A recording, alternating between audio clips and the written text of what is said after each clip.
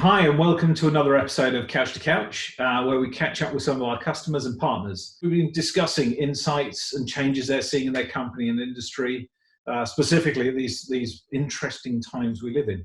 I'm delighted to have with me today Dave Starling. He's a serial customer of Couchbase. His first days at Pixel International, then at CNET, and now he's at Citi. So, Dave, welcome. Please introduce yourself. Thanks, Chris. Yeah, I've been a Couchbase user since I've been trying to work it out. I think it's about 7 years now, maybe 8 years. First for some really interesting architectural problems we were trying to solve.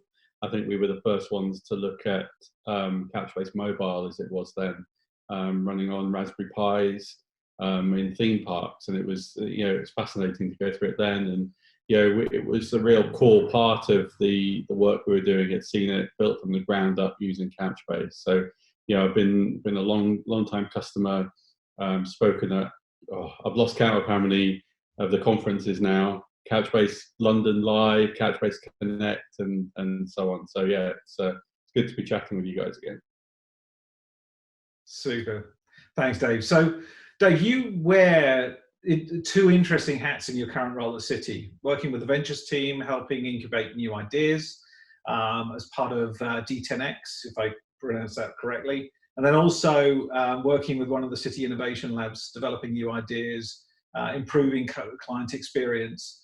Can you introduce your role a little bit more as what you're doing now with Citi? Sure. So D10X is Citi Ventures' entrepreneurial incubation program.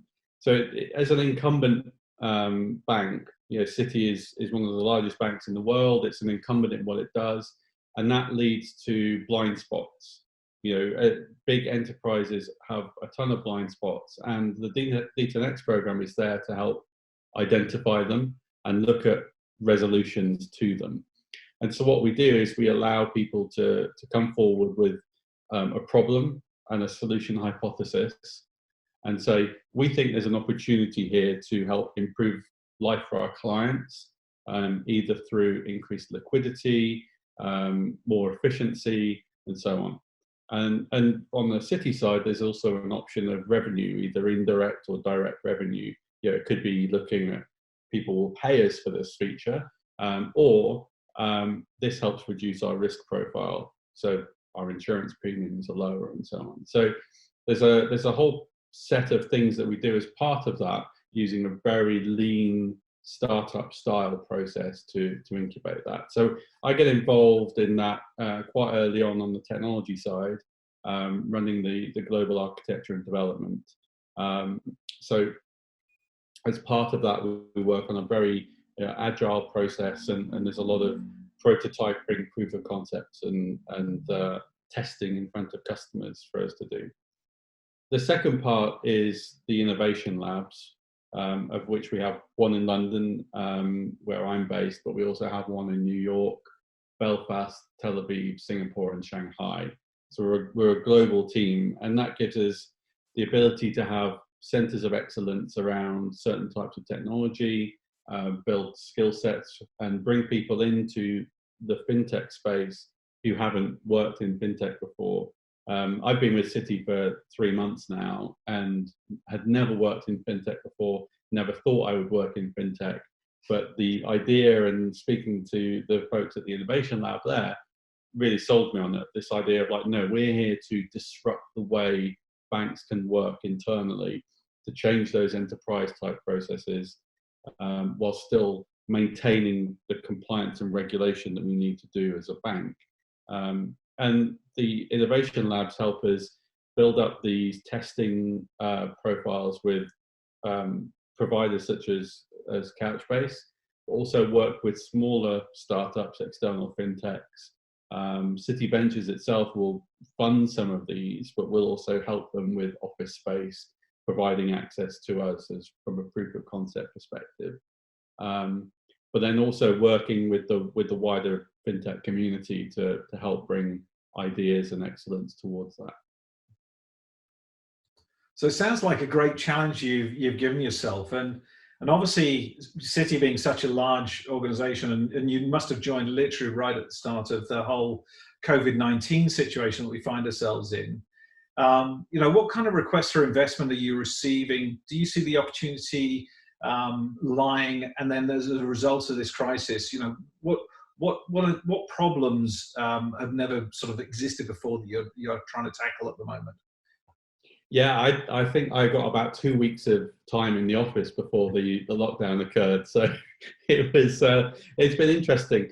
And yeah, I think in terms of I think there's natural reprioritization that happens. It's not necessarily a change in the way investment happens, but there is a reprioritization because the clients that we're working with, and this might be through the commercial bank or the institutional side. It could be emerging markets or it could be developed markets. I think there's a change and reprioritization around certain projects and products that we're building in the lab to ensure the sort of financial success and stability of our clients moving forward. There'll be projects that will be sidelined for now because they're just not going to happen. If we were doing any work now with I don't know, like transportation systems, but they're not running at the moment. We couldn't trial anything. But I think anything that's going to help support our clients in a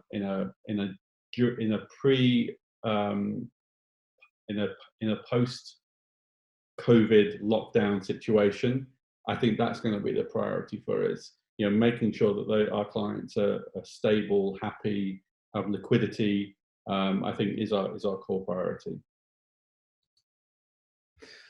So from the perspective of innovation labs, what's your opinion then on how these unique times could transform that experience and expectations? And what does this mean for technology leaders like yourself when you're thinking about strategy?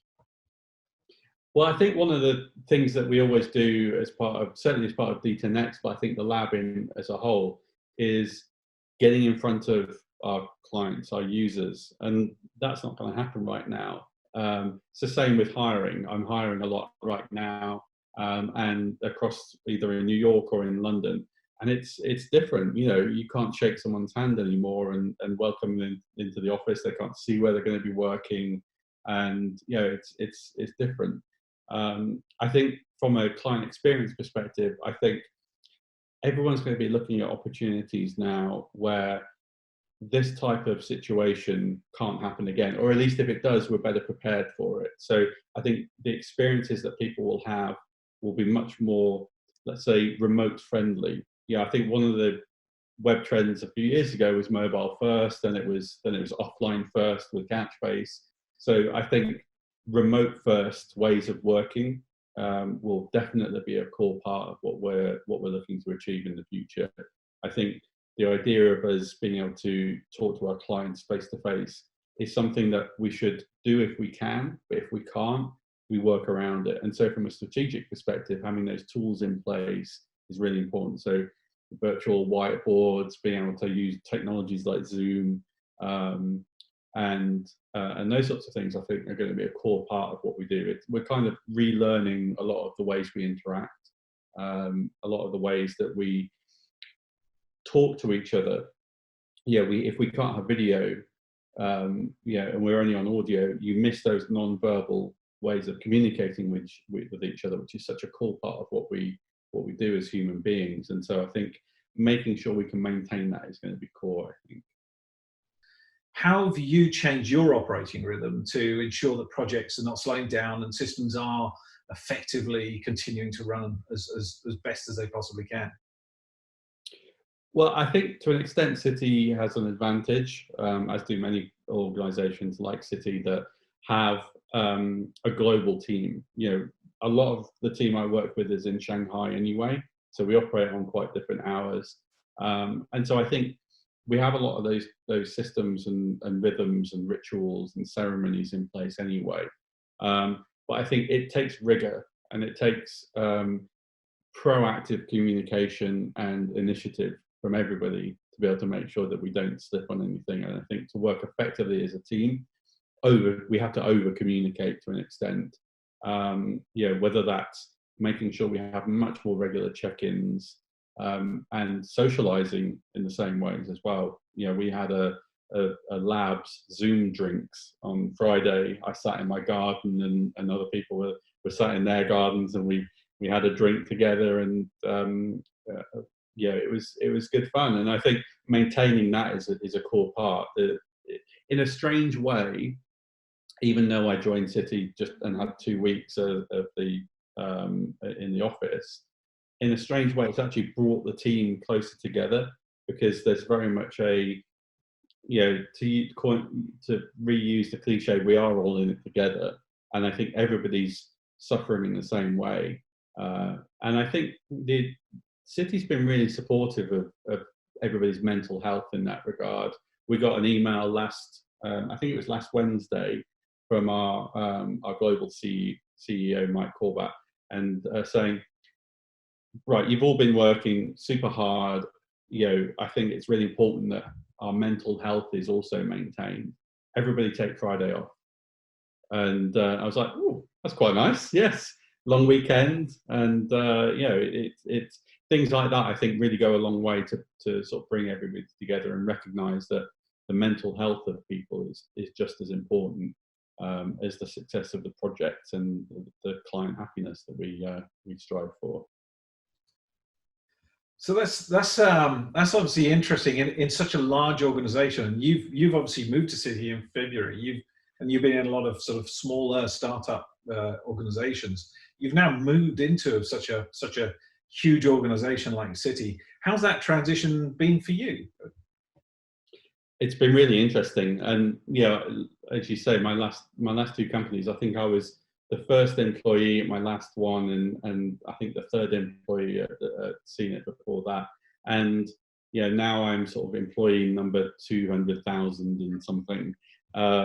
And it's different, and it's different in a way that I hadn't anticipated. I mean, I think part of that is because of the nature of the work I'm doing and the labs and so on. It's incredibly supportive. A lot of people come from the same sort of background that I do. And the pace of things is different. We have regulators, and we have governance, and we have compliance that we have to sort of bake into everything we do. And those things are there for a reason. It's not something that we complain about. It's something that we think, right, okay, these things are there to make sure that the safety of us as employees, as the bank as a whole, and our clients is there. That's a core part of what we do. And so understanding that and building that into the agile process that we go through, is a different challenge than what I'd sort of anticipated. But it's been something that I've enjoyed doing. But I think also there's an opportunity to really bring a lot of those agile processes and startup type mentalities into City, and to say, hey, we can do things quickly and test things and fail fast, and all of those exciting things that every startup wants to do, but within a larger organization. On a sort of less technical side, I think the support we get from across the organization is incredible. The diversity of the team is fantastic. It's something that it's really hard in the startup ecosystem to build a strong, diverse team. And having that support in place to help build that is really core.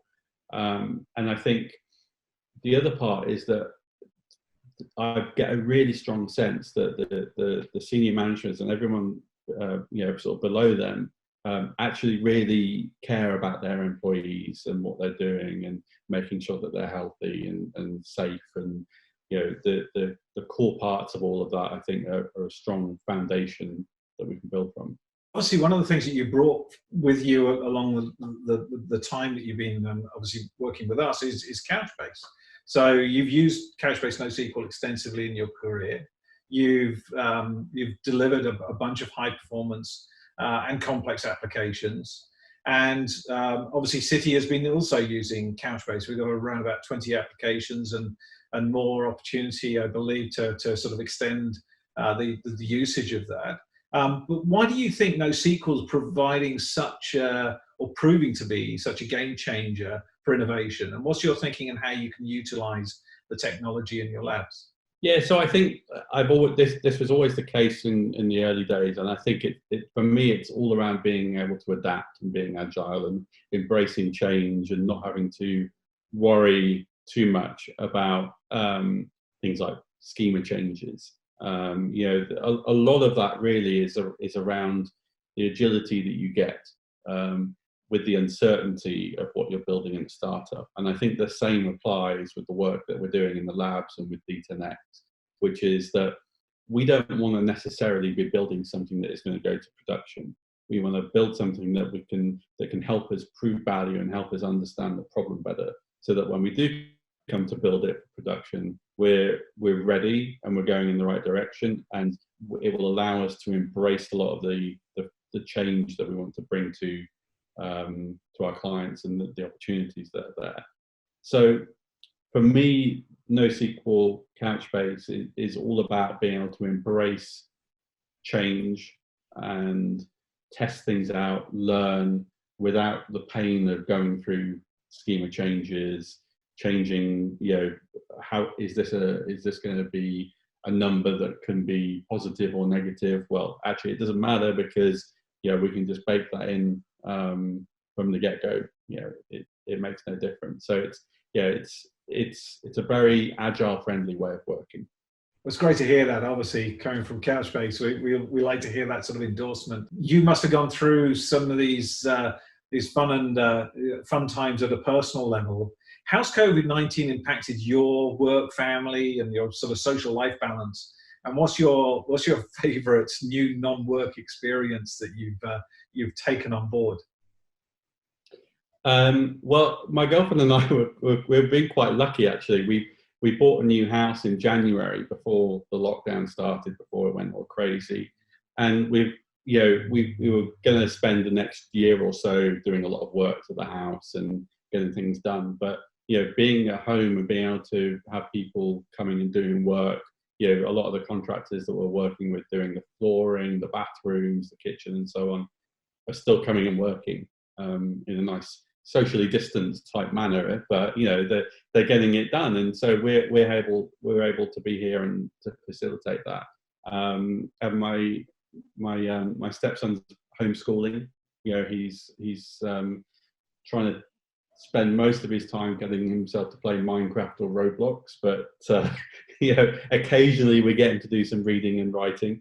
And we get to go out and have lunch together in the garden, and all of those nice things. So it's been great, and it's also actually given me an opportunity to spend more time online with my friends. In London, it's hard to meet up with people anyway, and a lot of my friends are around the country or around the globe, and so it gives us more of an excuse to sort of call each other, chat online, play games together, and do some of those fun things.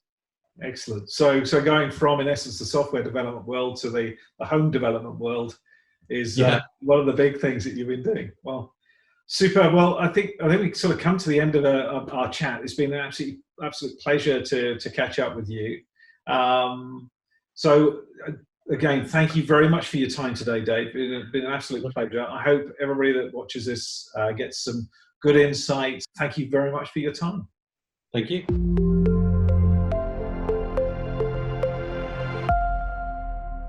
Welcome to our Couch2Couch session of webinars that we're going to be doing.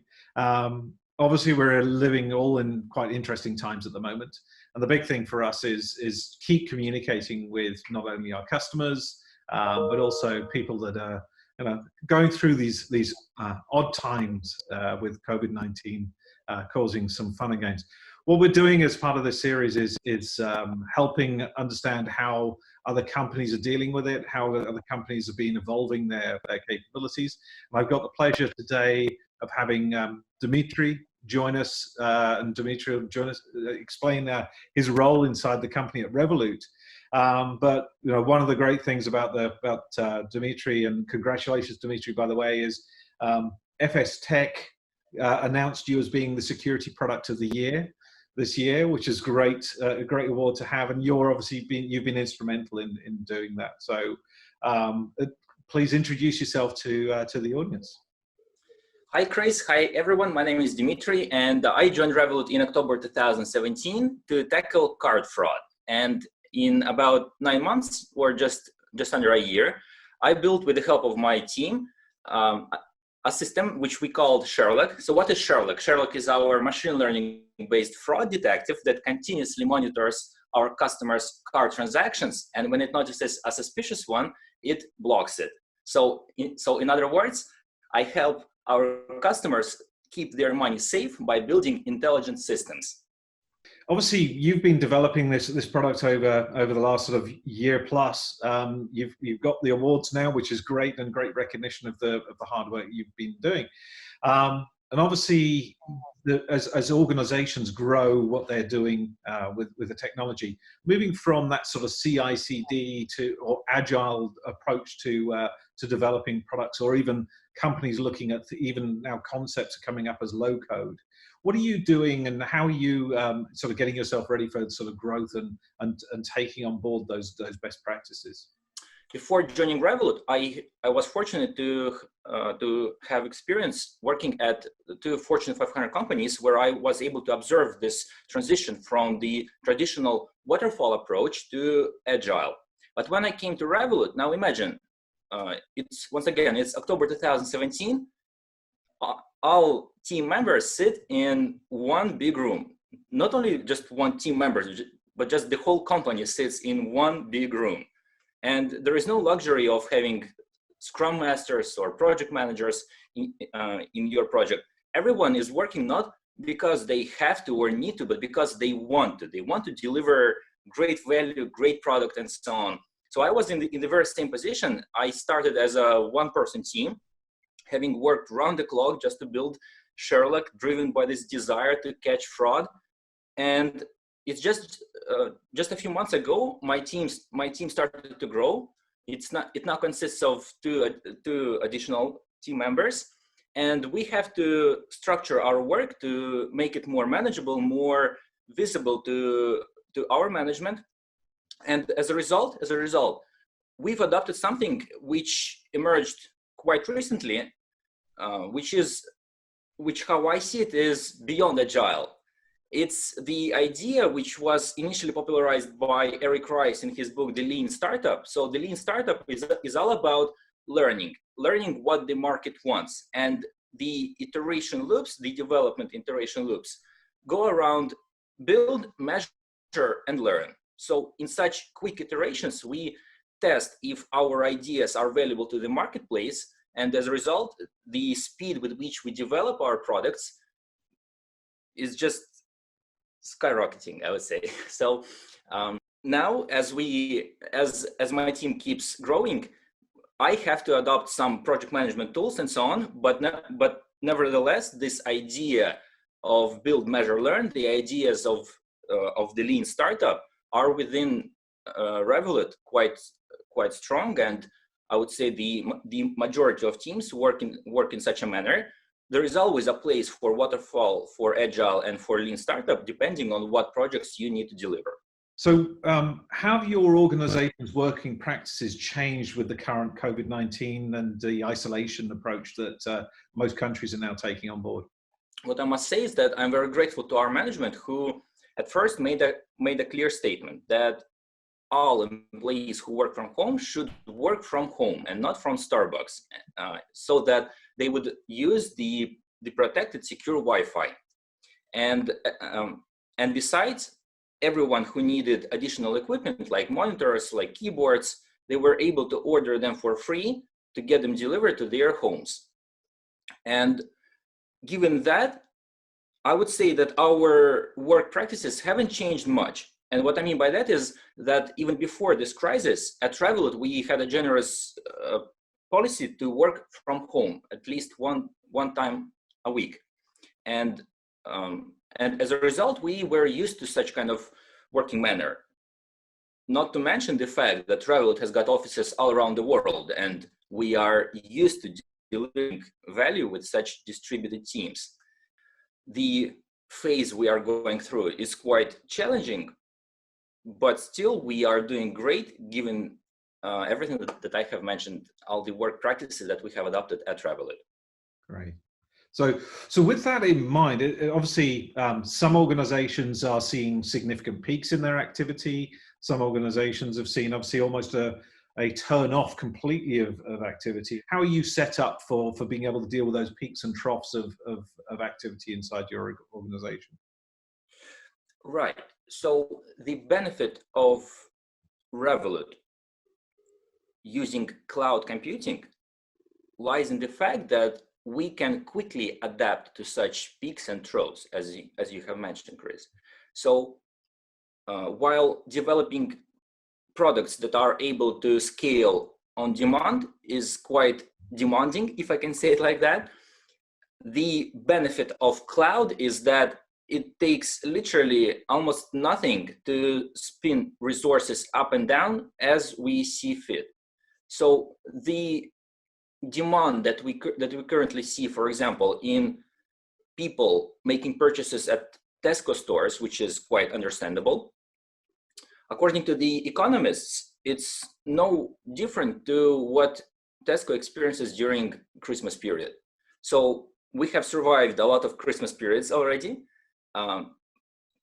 Still, if we see a surge in traffic, the fact that Revolut is built fully on cloud allows us to spin up resources up and down as we see fit. How do you see the change or attitude of cloud coming out of this COVID-19 situation that we're in? Well, I believe the trend to move towards cloud will become even stronger. Even before this crisis, the cloud providers, Google, Amazon, Microsoft, have been increasing the number of companies that they have been helping. Today, like imagine if you have an office with on-premise infrastructure, like who's gonna look after it in these unfortunate times? However, if you're using the cloud, you have the army of world-class engineers looking after your infrastructure while you are able to focus on your business, on what you do best. How have you used Couchbase, and what was the decision process you went through? Couchbase is an inherent part of Sherlock. And what I mean by that is whenever you as a customer make a purchase, Sherlock needs to take your purchasing profile, which consists of aggregated information about your previous purchases. There are certain requirements behind the database that needs to store these user profiles. Imagine if Sherlock needs to respond in under 50 milliseconds, I don't have the luxury of using, for example, cloud managed databases or other vendors that don't satisfy my latency requirements. In addition, since these profiles have the data stored in the form of a JSON, I want to be able to look at those profiles if I need to debug something, for example. Besides, Sherlock is a mission-critical application. It needs to be on 24/7. And as a result, given such requirements as low latency, availability to store JSON documents, and the resilience to any infrastructure failures which might happen in the cloud, made me certain that Couchbase is the best solution in this scenario. In December 2019, we moved Couchbase to Kubernetes.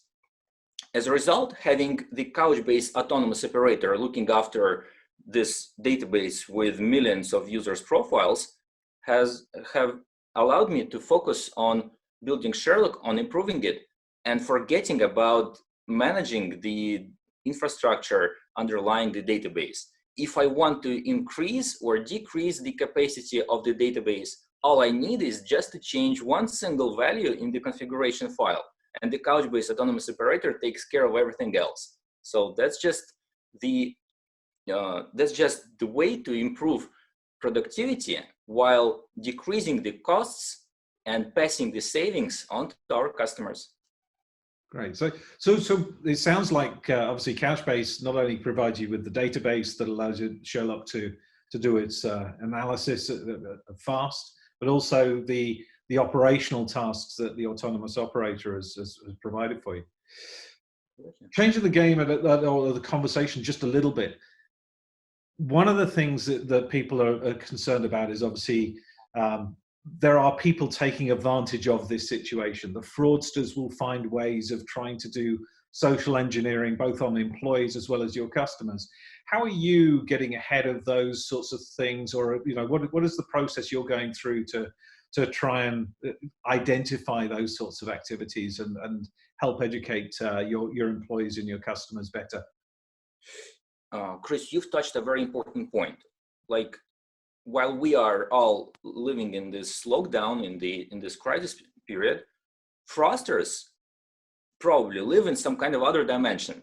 They try to exploit this whole situation. So let me give you an example. Imagine you are either a business owner or a retail customer of Revolut, and you receive a phone call from a person who says that he is your bank, or he is from Revolut, and he tells you that you are eligible for a government grant of, say, 50K. And all you need is just to make an initial deposit of, say, £1,000 to a particular bank account. And using some manipulation techniques and clever words, some people do get into this trap. They transfer their money to these bank accounts, and of course they don't get any money back. So such cases, and also cases of what we call account takeover, when once again fraudsters call our customers and customers end up giving them all their security details like PINs and passwords. These fraud cases happen, unfortunately. What we do at Revolut is we keep educating our customers by publishing blog posts, videos, and so on, but that's of course not enough. We have intelligence systems both in place and the ones that we keep building that continuously monitor our customers' card and transfer transactions. And when they notice a suspicious activity, they will block the account and request the user to verify their identity by taking a photo. And we would verify if the actual account, if the current user is actually the account holder of Revolut. So we are living in the challenging times. And this is a never-ending battle against fraudsters. And hopefully, with your help, our customers and our intelligence systems, we will win this battle. Absolutely. And as my daughter explained to me, she's using your services too. So she needs to. I want you to make sure she's safe too on that sort of thing too. Thank you.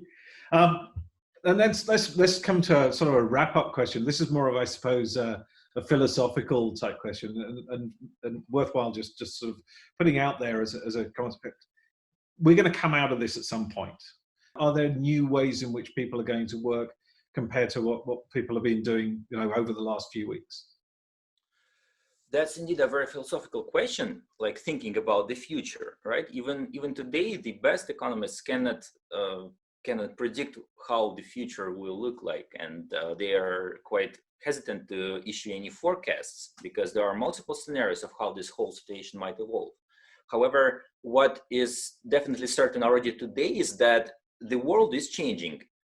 It started to change long before this pandemic. For example, the percentage of e-commerce transactions in 2020 has reached about 15%.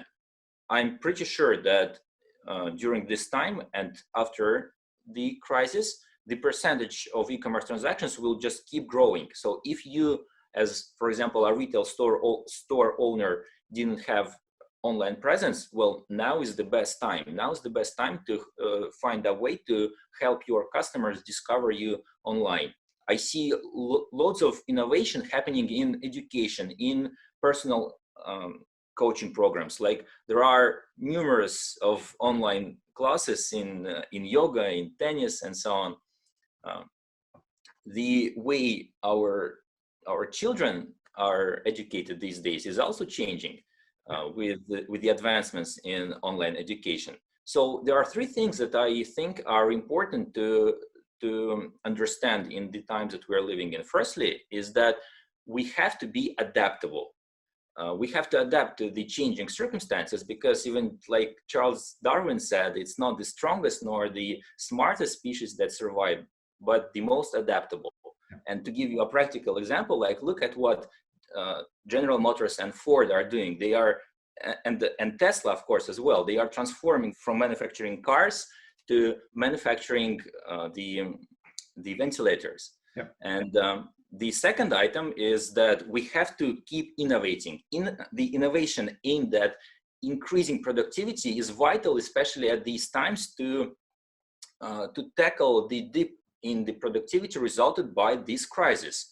And innovation can happen in all areas of life. It's not only just technical innovation or designing new products. It's also the innovation within how policies are created, how you charge your customers, and even the innovation inside our households, I guess, as well.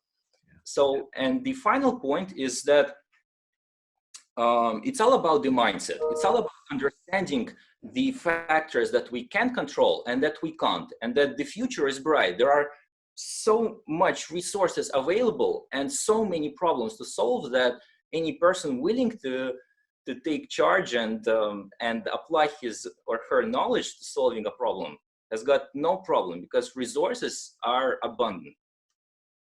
Hey, Dmitry, it's been an absolute pleasure spending some time with you today. Hopefully the people who are watching this get some really good value out of it.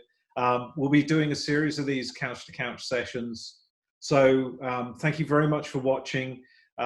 Please let us know if you'd like any specific topics covered for next time. But thank you very much for taking the time. Dmitry, thank you again for taking time with us. Pleasure to be doing business with you and spending some time with you today. Thank you very much. Thank you, everyone.